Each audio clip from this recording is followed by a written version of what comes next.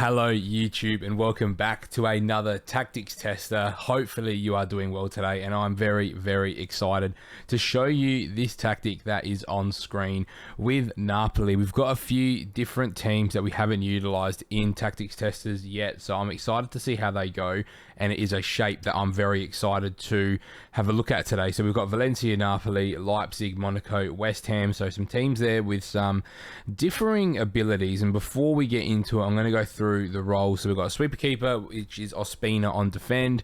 We've got a fullback, or two wing backs, sorry, on attack, and they've got take fewer risks, cross aim center, stay wider, and close down less.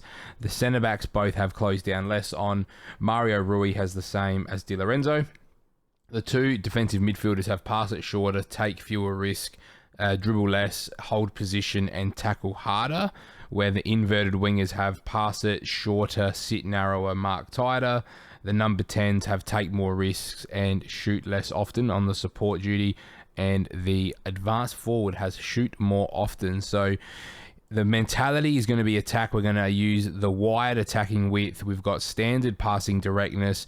We've got play out of defense. We've got slightly lower tempo. I'm actually, whilst we're here, going to add pass into space on. So that's going to mean I'm going to have to reload all the tactics. I've got to try and remember that before we get into it.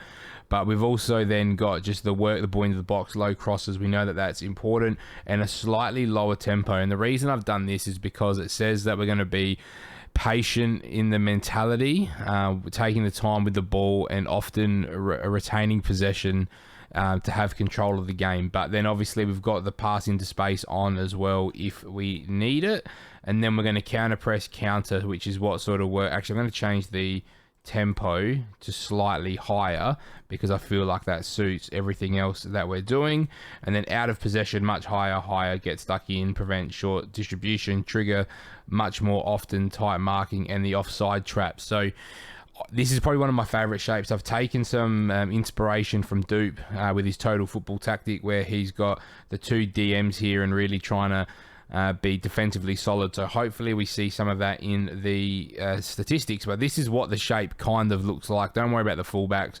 Sort of flip the fullbacks and the wingers around, but it ends up sort of being almost like this more so. So we're going to add this in there.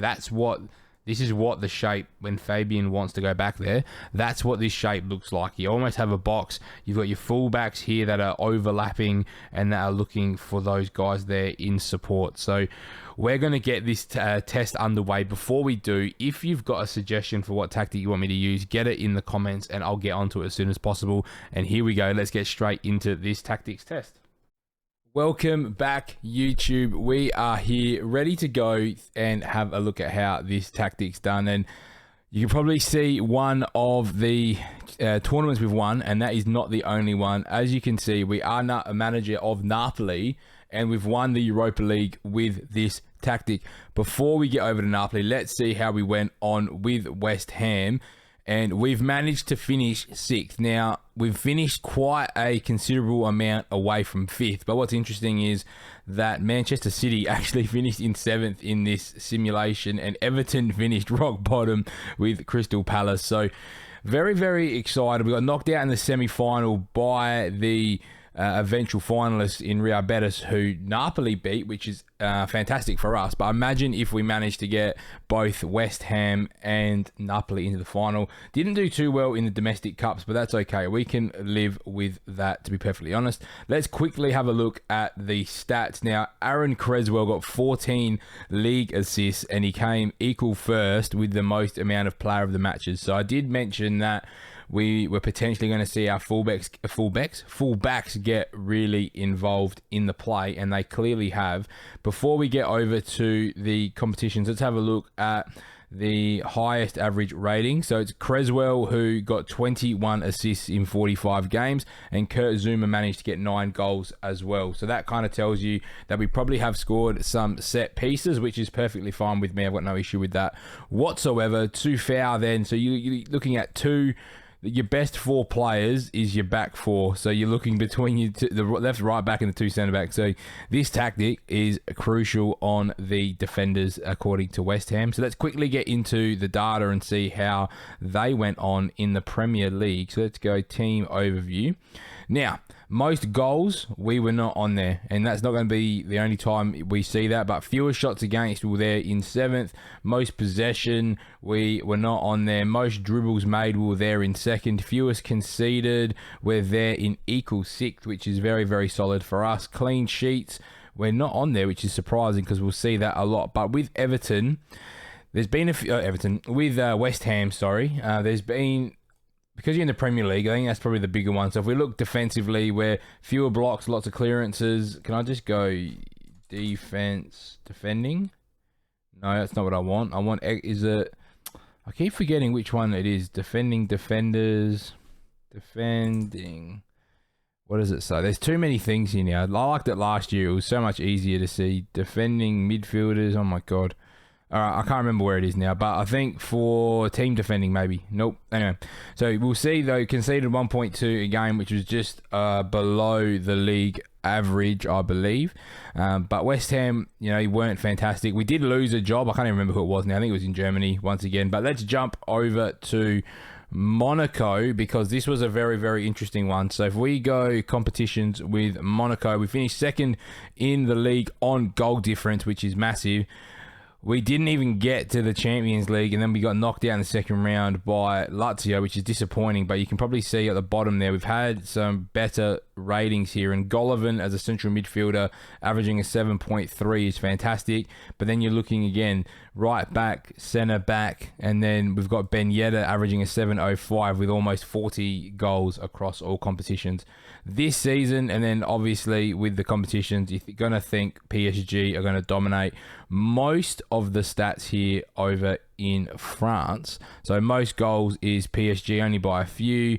Fewer shots against, we're there in 4th. Most possession, we're there in 5th. We've made the most dribbles. Fewest conceded. We conceded a lot more. We conceded 50 goals here, which I thought wasn't ideal, but we still managed 12 clean sheets. Most tackles won, though, was us as well. Best pass completion rate, we're not there. Most shots for, we're pretty close to PSG.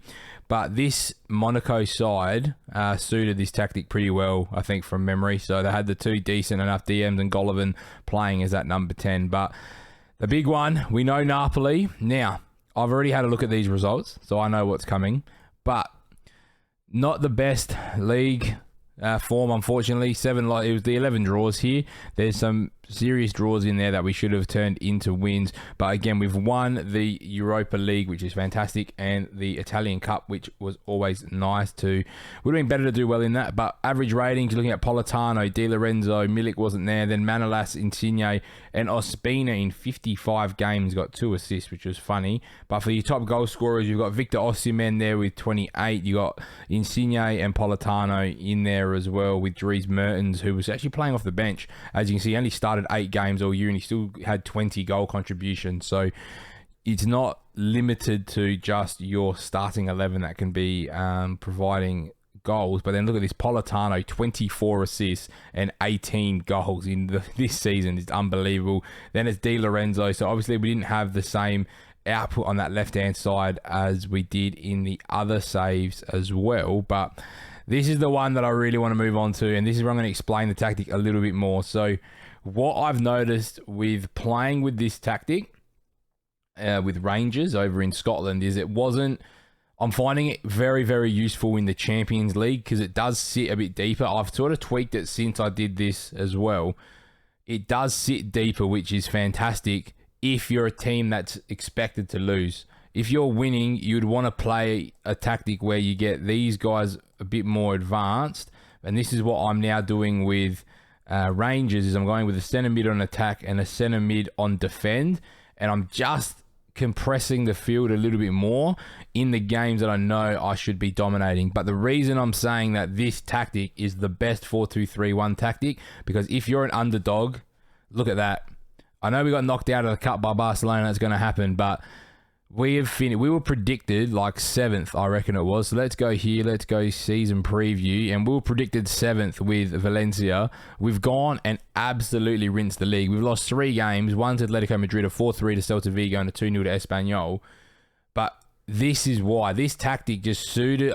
It's partly it suits the team as well. So you're looking at two really rock solid, just defensive midfielders that are going to do the work for you. You got two unbelievable fullbacks, and you're going to see what Gaia did. And Maxi Gomez is a fantastic advanced forward. So we had all the pieces here already. But let's go into the squad first, actually. Let me show you before we go into everything. So if we go goals, Maxi Gomez scored 27 in 41 games, which is brilliant. But then, you still got contributions from your left mid, your cam, your right mid, and your centre-backs getting up there with a few goals as well. But then if we go assists, Jose Gaia, 18, Guedes, 14, Vas, 13 from right back, and then 10 from Cherchev on the other wing. So they were able just to completely counter, which was absolutely fantastic. Let's go look into the division. We've had the highest goal scorer. We've had two of the most rated players.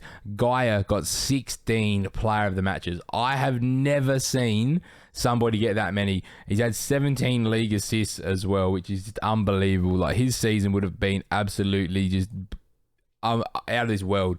But, could have gone anywhere he wants. So most shots, we've absolutely smashed that. Most points per game, we've smashed that. This isn't a possession tactic, so you do need to be mindful of that. It is a counter-attacking tactic. We do like to tackle hard. We get lots of cards as well, but we've kept the most clean sheets. We've scored the most goals by 20.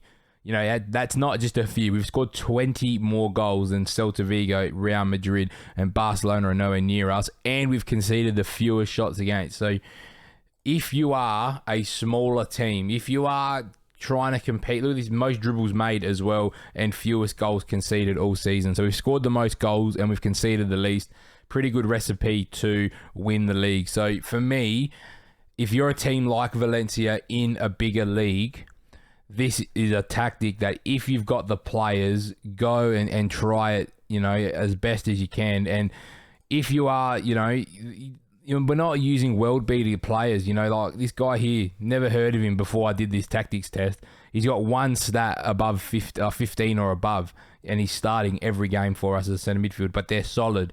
This guy here, again, same sort of thing. He's a little bit better with the physicals, but, they're not, you don't need Paul Pogba. That's, you don't need Bruno Fernandez's and all those, fancy names and N'Golo Kante's. We're winning leagues with Guedes and Cherchev and Maxi Gomez, so if you have enjoyed this tactics tester, make sure you smash the thumbs up button, because this one was one of my favorites because it's a real underdog tactic. I'm so happy that I've managed to I've created this one pretty well from scratch. I did use some influence from Dupe about having the 2 DMs on support as part of his total football, but that's for him to lock games up. He doesn't play that every single game to try and win a league. So once again, if you've enjoyed this episode, make sure you smash the thumbs up button. I'll see you very, very soon for another tactics tester. Get the tactics you want to see in the comments below and I'll get them tested for you. Thank you very much, and I'll see you very, very soon.